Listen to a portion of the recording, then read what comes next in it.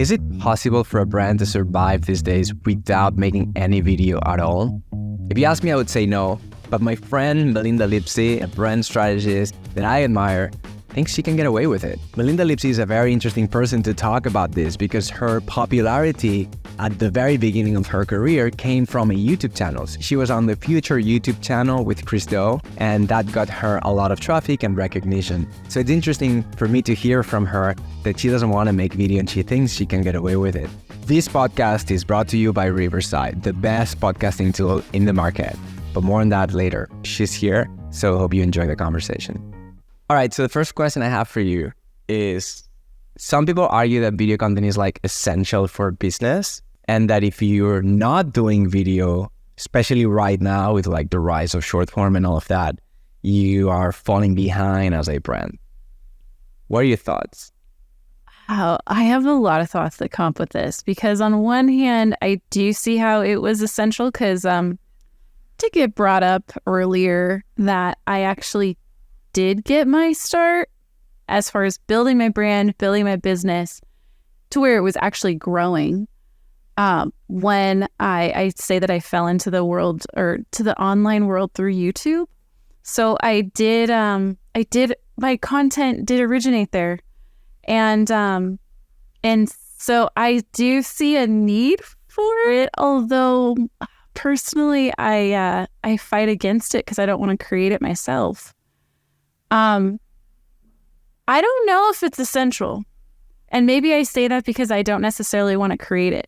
So maybe it's me pushing against that because since I got my start on YouTube and I did put out videos for a while, then I've transitioned my strategy to be more to go on podcasts, to talk to other people's audience, and to give and contribute to people's communities. So I will do private talks, I'll do workshops.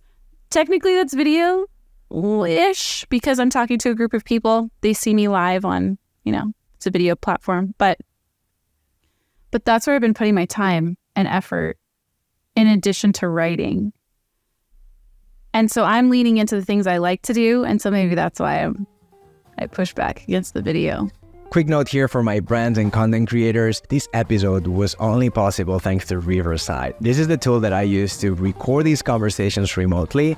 And the reason why it's so freaking cool is because it records the content locally in each of our computers. So that means if the connection sucks and I start breaking up like this, nothing happens because the content is high quality, is recorded on my computer, and we're all happy. This is the reason why I started using Riverside over a year ago. But what makes it really special recently is that they're adding a lot of AI features, auto-generated clips from the conversation, auto-transcriptions that automatically generate captions. So basically, this is an AI powerhouse for editing and for content creation. Now, if you want to give it a go, there's a link on the description below with a discount for you. I would say just try it and see if it's for you. And now back to the episode. What's the difference between the video that you do live on like a podcast or a live cohort that someone invites you or in a community, something like that, and making content like out on the wild on YouTube or a short form on Reels, TikTok, whatever? Well, for one, all I have to do is show up and talk, answer questions. And that's what happened on the YouTube show too. All I had to do was go and share my opinion, ask questions, share my story. And I wasn't responsible for any of the production of it. So no post-production, no posting it, no dealing with the comments, nothing like that. So I just came and showed up and I was able to leave. And that happens on podcasts. That happens when I talk to people's groups. It's not my platform. So I'm not responsible for any of that. I feel like I have social media anxiety. So even the thought of having 100 comments waiting for me, some people might be energized and invigorated by that. I do not. I do not feel good with that. So I think that's part of it. So it's the post-production, it's posting it, and then it's dealing with all of the communication, comments, all that afterwards. Is it the volume of work that it's like it gives you stress or anxiety, or is it the type, like the contents you get, like the type of comments you get, the the emotional management of that? I think it's mostly the actual work of it. I don't enjoy finding the selects. I don't enjoy creating the video. I don't enjoy cutting it, like any of it. Just, I don't find any joy in it. Love this. So I have a question for you, because you're a brand strategist, you're the brand strategist I most respect. And I think, a lot of the things that I learned from you. So one of the things I noticed, and my whole thing is, I love branding. Like, everything I do is because I'm obsessed with branding. You know me, so like that's what I do, right? But one of the things that I learned working at Typeform and then Video Ask is that you can define a brand, and you can define like a strategy for a brand, or you can redefine a brand with a rebrand, and you can position a brand with positioning and all of that and a brand strategy. But then once that is done, you continue to evolve it with the things that are happening, the things that you learn. But then really, and that maybe, like, I'm really curious to see if you agree or disagree, or what are your thoughts about these. I learned with Video Ask that really the only way to grow a brand and to build a brand is through content. Before anyone buys anything from you, what they're going to do is they want to watch your content. Content can help you reach people organically. And when they like get to your website, this is more like the final like checking point.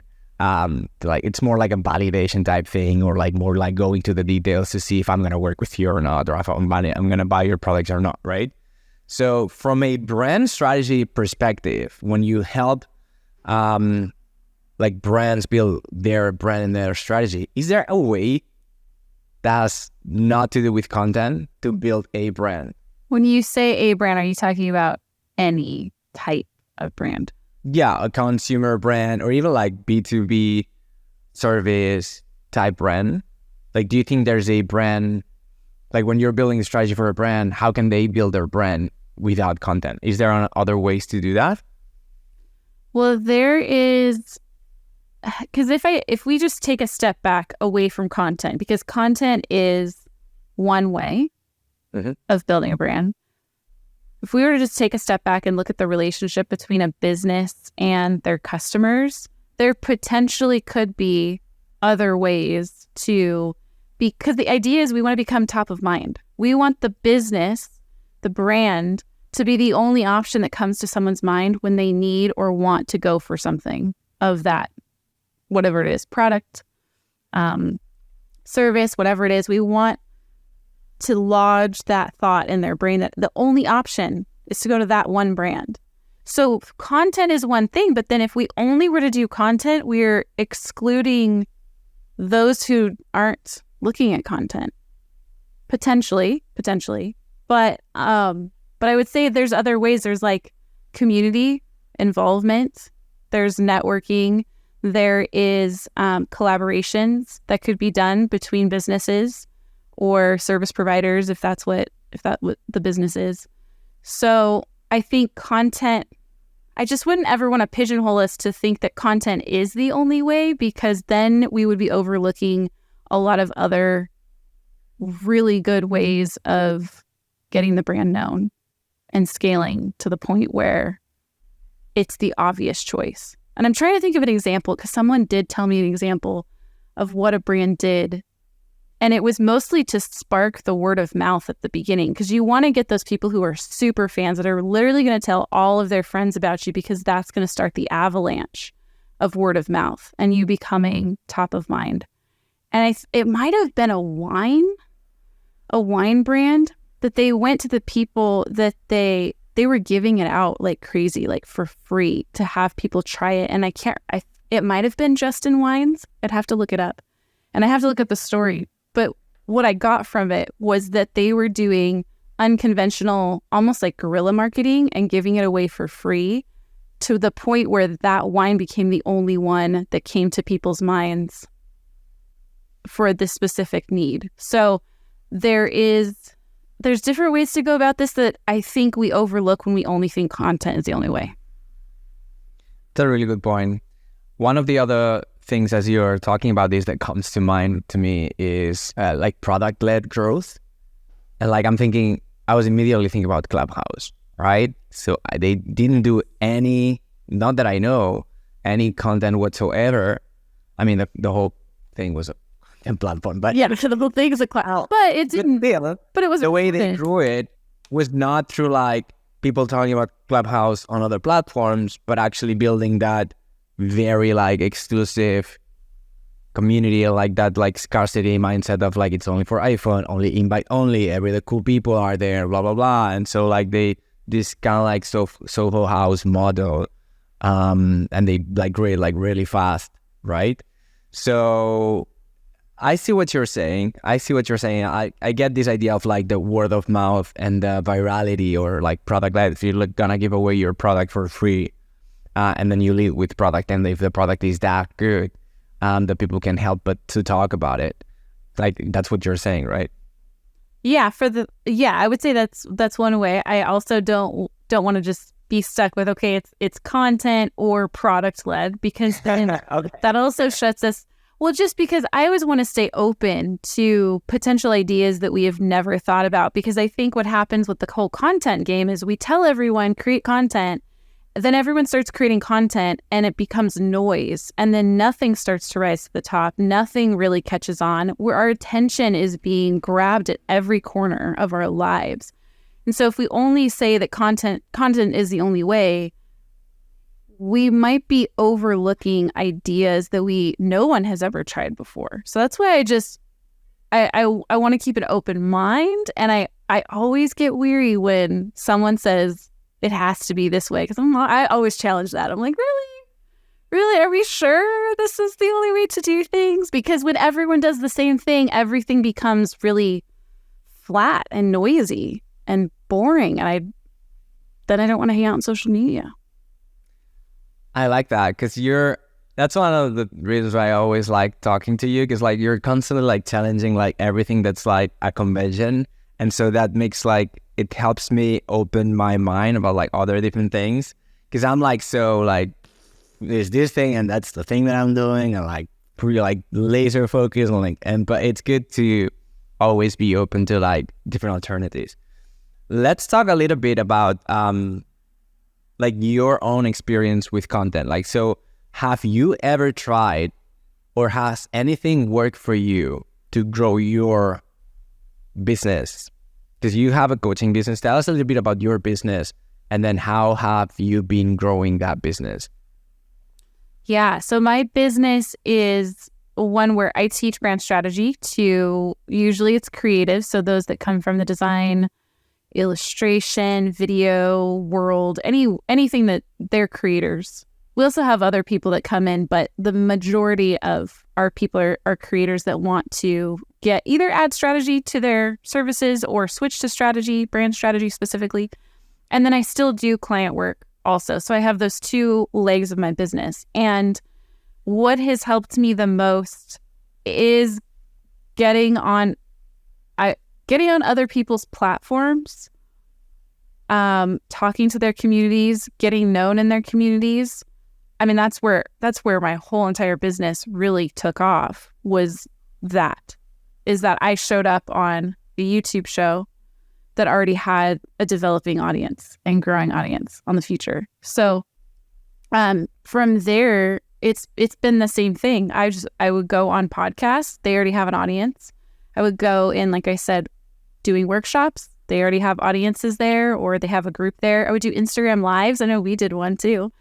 I would do Instagram lives with people. So it's always the collaboration where I could bring something new to somebody else's group or community.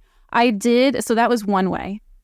That's the way that I like the most, because I love talking to people. I love collaborating. The other way that did build it to an extent was there was a time where I was doing these logo studies. So I was analyzing famous logos, things that were, things that we would study in school. And I would also, annoyingly so, analyze them with the golden ratio and really annoy people. And it was fun because I overanalyzed it, but it got attention though. And so it was this weird thing where people loved it, but they also hated it. So I would get shared on really big accounts I'd write blog posts about it. So that was another avenue that I had taken was sharing things that were slightly controversial, you could say, in the design world. But then they get shared by people in their audience. And that was another way that it grew. This is one of the reasons why I wanted to talk with you, because you've basically and you just said it, like you've grown your brand through content, video content specifically. It was just not content that you were producing, but which is like win-win, right? So like going to other people's podcasts and stuff like that. And I think it's fantastic. And you've grown this thriving business, which I think it's amazing. Out of those like collaborations, partnerships, there's actually a lot of creators that do that on especially TikTok. A few come to mind now that they're like redesigning logos or like, where maybe especially on TikTok and stuff like that, because I think it's a little bit like fast food for content. Maybe it's not that much on the quality, but the entertainment or the how challenging it is to like, they put this out and people are like, it's controversial because it's like, oh, this is about design, but then you're commenting, right? And it like fits the algorithm, right?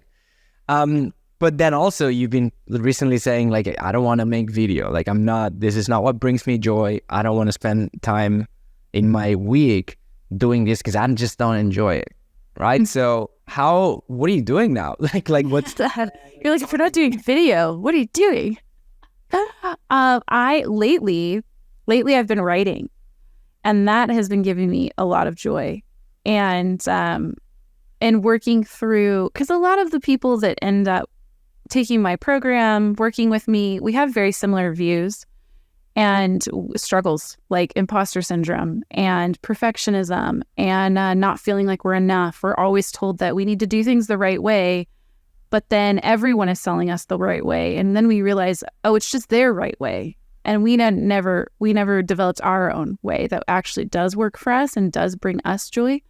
And so I talk a lot about that. And I've been enjoying writing, and that has, that's been part of my content recently. But that's where I spent a lot of my time. And then developing new products and working on sales collaborations with people. That's where most of my time is. I think a lot of people struggle with the early days of the content where you need to figure out how to do it. You need to like figure out how to do it in a way that performs. You need to figure out how to do it in a way that fits your schedule as an entrepreneur or business owner or like even like a brand person. And this is all the things that I hear about like people. It's like, oh, I don't know if I can do this, or like, I'm not good at this. It's like, well, it's not that you're good or not good at this. It's like, this is like a completely new skill that you're trying to learn and dominate. And usually skills take time to like learn and like acquire and get better at it, right? So I'm really interested in like understanding, because I think what you did, I don't know if you were doing like consciously or not, but your approach to it was really, it's brilliant, I think. It's like, why, like, let me get this out of the way so I don't need to focus on this. Let me just jump on podcast. Let me just like reach new audiences, and then let me build my thing. Like they'll probably like come to me. So I think that's good. Would you think that this is something like people could do when they're building their businesses? Or do you think you need some sort of like authority first to like try to do those things? Or like, what would you recommend people that are building their business now that they feel like this pressure, like, oh my God, I need to be like pumping content every week?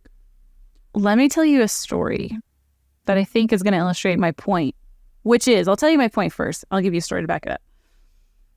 I think point of view wins. And I think it actually wins over an overabundance of education, of information, of potentially even experience. So when I tell people about content or creating it or we'll use the example of getting on podcasts. I suggest develop a point of view, a very, very strong point of view that you see there's something happening in the world, in your industry, in your whatever it is that wherever you work in, that you don't like, that you would love to see changed, and that you have a vision for it to change. You don't even have to have it totally worked out exactly what you believe. You can develop your philosophy out loud as you talk about it, but at least have a seed of something that you're like, you know what, this is not okay. And it feels scary to talk about, but you want to see change. That is going to get you so much farther than an abundance of content that you can create. So one time I was talking to a friend. We had many conversations about how we're kind of getting sick of the marketing that feels manipulative. And it's just the type of marketing that we're all taught how to do. And it's not that big a deal, but it just, after a while, it just starts wearing on us. Like, oh, this feels really manipulative, feels very pushy. And one day he sent me an article of this one guy that he also called out the same thing. And he wrote this article about a new philosophy in marketing. It was a new way. He called it non-coercive marketing. He was just calling out the patterns that he was noticing and how it was affecting him. But then he offered up some ideas of what he would like to see differently. And he wasn't blaming anybody. He wasn't putting down those who do use those practices. He's just like, you know what? I'm just not feeling this right now. And I would like to go this way. And he came from the marketing world too. And I connected so deeply with what he said that I was scouring his whole page. Like, how can I hire you? I want to hire you as a coach. I love your point of view. So I ended up hopping on a call with him.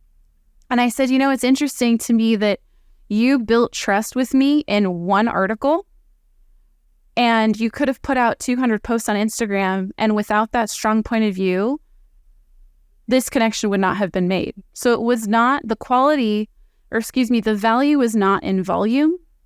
The value was in that strong point of view that we connected on, and it was connected on emotion. And I think a lot of us create content without emotion and without a point of view. And so then we just create, and we're like, why is this not giving me results? It's lacking a point of view. It's lacking something that's going to connect emotionally. And when I talked to him, I was like, can you tell me about you writing this? Because I loved the experience of being so emotionally connected to someone I had no idea who it was, and to his way of, his philosophy. And and I said, that's how I want people to feel about me and my business. When they interact with anything that I've written, that I've put out, I want them to feel this way. And he said, it was terrifying to put something out like that because I was afraid to burn bridges. I was afraid to speak my point of view. But he said, thank you so much for saying that, because it did what I wanted to do, which was connect emotionally. And I really think that is the number one thing. We can create one article. We can create one video that resonates so deeply with people that they will never forget us, and they will go tell their friends. And I still tell people about this. And it was like 7 months ago that I found out about him, maybe longer. I think it's that. I think it's a strong philosophy. It's a strong point of view. And it's something that really scares us, but it's true to us, and it's true to what we really believe. I have to agree with that, honestly. This is what I kind of did also in a way when I had this talk at Melbourne. And this is literally I had this vision where I was creative development in in-house teams is broken because they don't understand content, but they are most of the time making content, whether that's for social media or paid ads, advertisement campaigns. It's all content, right? We don't do TV that much anymore. So everything ends up online for people creating that stuff on big corporations. Most of the times, they're designers, even if they're filmmakers, they're really good at the craft, but they don't understand the distribution, which we've never been taught that, right? We've always been we've always learned about solving the problem, making with the craft that we have, whether that's design, copywriting, filmmaking, whatever. But we have not been taught about distribution, looking at optimization, analytics, and all of that. And that's a massive problem. And so I saw that, and I experienced that, and I was like, well, and then these guys, creators are they got it. right? Because that's their product. They need to optimize their content, understand how it works, because otherwise they're out of business. They don't have an audience, they don't have content that works, they don't have anything, right? And I was like, I saw this gap and how we could bridge these two worlds. And I just went and show up and like said, hey, this is what I believe, this is what I've seen. And I didn't say you should do that because I don't know. Like, I don't have an answer. Like, I'm figuring out, right? And I completely relate to what you just said of like, yeah, point of view is massive. And like the same video, when I did this video with Chris like a couple of months ago, it's the same talk that I did at Melbourne. And it's like, I don't have the answers. I'm just saying, hey, let's look at what's going on here because they might have part of the solution. And people are like, oh my God, yes. So I can experience that and I have to agree with you. So, and this is actually really good advice for like entrepreneurs, like brand starting, where like they don't need to have everything figured out. And we might be able to start replacing the you should for the I believe or I think or I'm doing, right?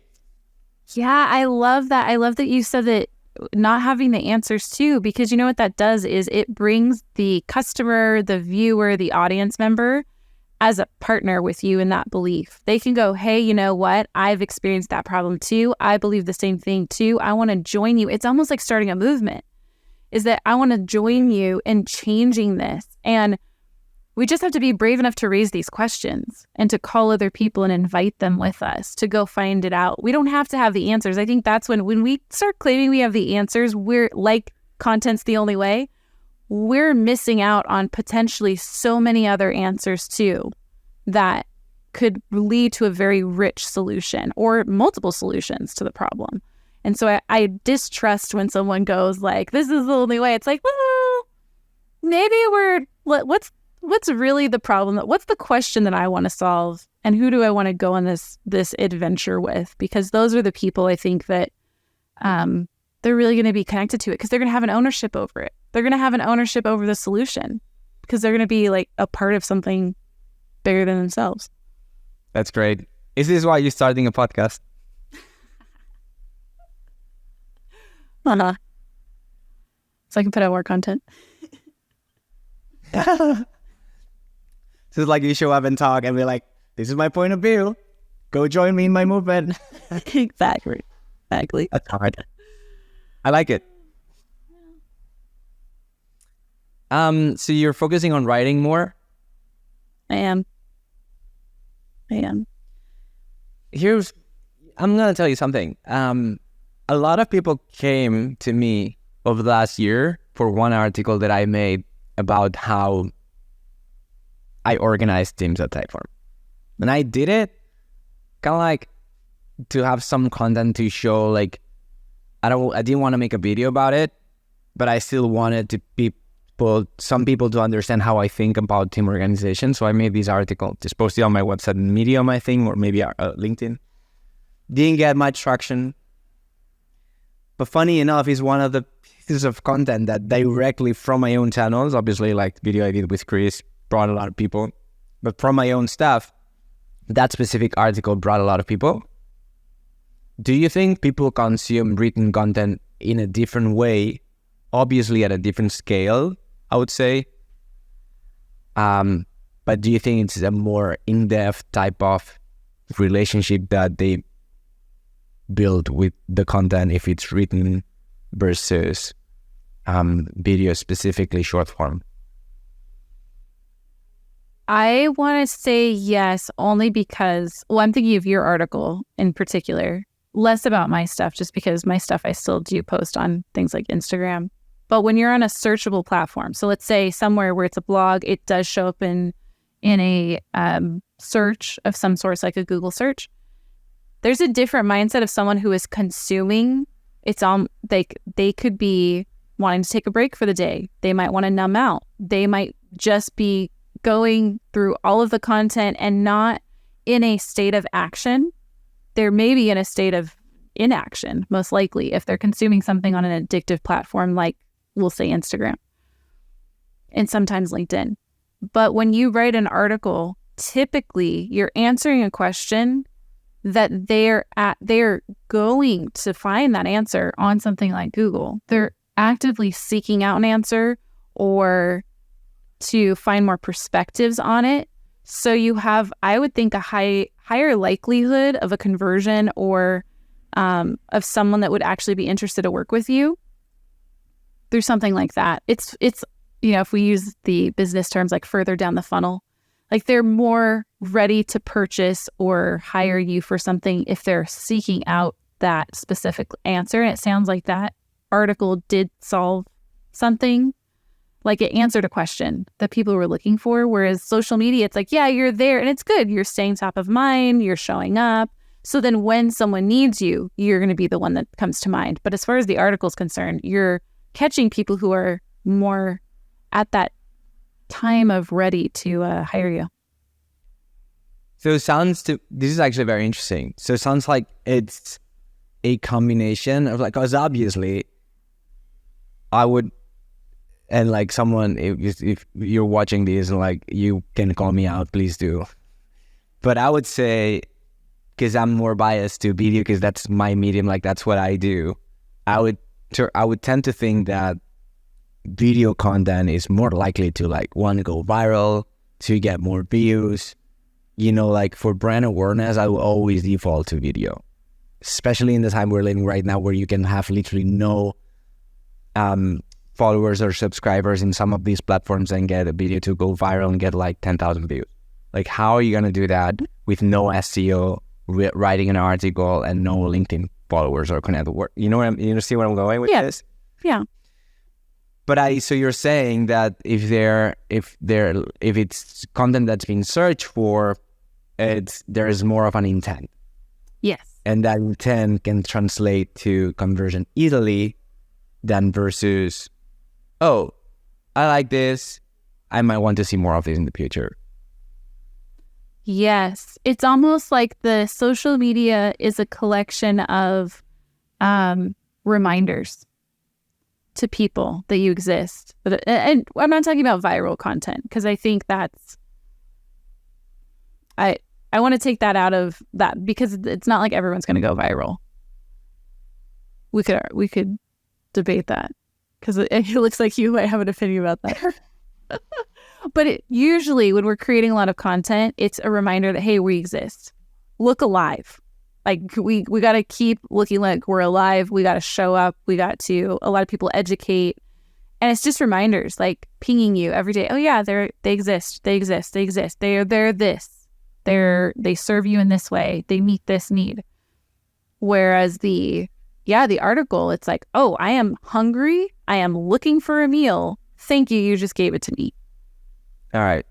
I think with the nudist, so what you say, I thought to be true before TikTok, right? Because in social media platforms were based on following. So you would usually see a lot of the content from the people you follow and some of the content that might be interesting to you. And before algorithms were so sophisticated, social media platforms used to do this through hashtags or SEO. I feel now with the discovery-based algorithms, basically the algorithms are so good that they're really good at telling if someone's going to like this content or not with some like samples. So what's happening is like the opposite, right? So you create content on TikTok or even like Reels, and then especially TikTok, it'll get distributed to people who don't know you yet. And it'll expand on circles and like and the algorithm will try to find the perfect persona for that piece of content specifically, because it's all based on the For You page, right? So just to be clear, I don't think every brand will or entrepreneur or like account will go viral. I don't think they should go viral necessarily. I think it can be very beneficial for like a moment of like boost. But also, I think it can be not as good, and it has the dark sides of it too, where like maybe you go viral for the wrong thing, and then you're stuck with that audience. This has happened to me, by the way. So I think even if you don't go viral, the possibility to get exposed to new eyeballs every time you post, it's insane. It's like free exposure. And I do see the value on the reminders, like the top of mind type of thing that you mentioned. I use stories for these a lot. For example, I make stories. I'm like every day, boom, boom, boom. It comes natural to me. It's easy. They're not refined. People like seeing the stories, and like, oh, I'm telling you. So it's like I'm there, right? And then I use the short form video or YouTube videos to try to be like brand awareness, reach more people, and build like that audience. But you were saying certain pieces of content are better for conversion, and written content might be better for that. Yeah, someone who has more of an intent is most likely, even if they've known you on social media, most likely they're going to want to go deeper to something, to see more of your point of view. Maybe they still don't fully trust that you're the right answer. So I could see where, again, not that every brand needs to do this, but where the longer form, the written content, it does support a certain type of buyer and a person who needs that extra layer before they might purchase. So you said that like making content sometimes has been a pressure to you, and like you felt like you had to make content. I think that's something shared with like literally 99% of every single entrepreneur or business owner. How are you navigating this? Like how you get out of that mindset? Yeah. But still grow your business. Yeah, I'm glad you asked this because I was thinking about that when we were talking about writing earlier. Because I will push back against if I feel like the world is telling me I should do something. Like, well, if you want to grow your business, this is the only way to do it. You have to create content. You have to create video. And if I don't like to do that, I'm like, no, I'm not going to do that. I'm going to go find out my own way. And so that's why I've been writing, is because I'm leaning into what I do naturally, what I want to do, how I want to spend my time. And I will figure out how to make it work later. But I'm not doing it for results. I know that might sound weird, but I am doing it to create and express myself and find my voice. And man, if someone were to approach me and be like, hey, I'll turn your writings into videos, I'd be like, you do that? That is awesome. It's that idea that I just don't want to do. That's not my thing. That's not the way I want to create right now. Maybe it will be in the future, but right now, no. And so I've been trying to give myself the permission to create in the way that I want to create. However, like we were talking about, I still do those things where I go on other people's podcasts. I do workshops. I have a large network that hires me for work, for client work. I put out products. And so because I've built this business, an email list, all those things, I have that to rely on to bring in the income still. So I can then buy myself some space and some time to go explore in the content world and not worry that, oh no, my posts are not performing as well as if I were to do video. I don't have to worry about that because I do have an established audience and community and people who know me that still hire me and pay me. So I have the luxury to go out and experiment with that and push against all the shoulds because I can. And I know I am in a privileged position to be able to do that. Honestly, I think it's the only way to get better at what you're doing is that you're enjoying, because otherwise it feels like it's draining, it's taking out versus adding. And if you can do this at the very beginning, try to figure out like what's your voice, what's your tone, what's your format, right? I feel like that's actually a really, even if you feel like you're privileged, the privilege might come from, okay, I'm just doing this because my business is going kind of like on autopilot, or it's like growing naturally, organic, virally, whatever. But you have the opportunity to like do the writing and the stuff you want to do.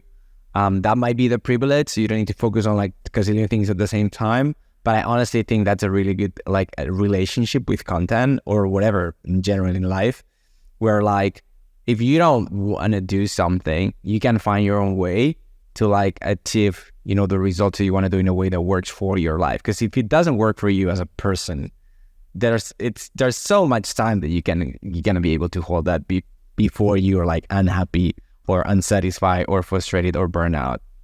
So I think that what you're doing is like really cool, and I can't wait to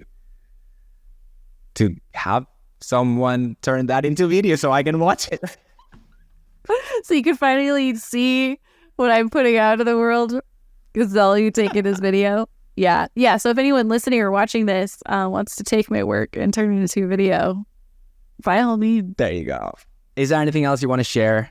No, I just want people to know that there are plenty of creators. If they feel overwhelmed or pressured about creating content, you're not alone.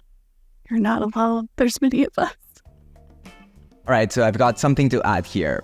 If you've made it that far in the video, I'm guessing it's because you're building your brand or your personal brand online, but you're struggling with the whole video aspect of it. I struggle with video as well sometimes, especially when I'm short on time. So I came up with this strategy called the bottom-up content strategy that I've been using when I don't have that much time. Maybe I have an hour and a half to make 2 or 3 short form video to post on my channels. So I made a video talking about it and it's right here. And I recommend you check it out if that's something that could help you. And honestly, I think it'll save you a lot of time and it'll encourage you to make video. So go for it.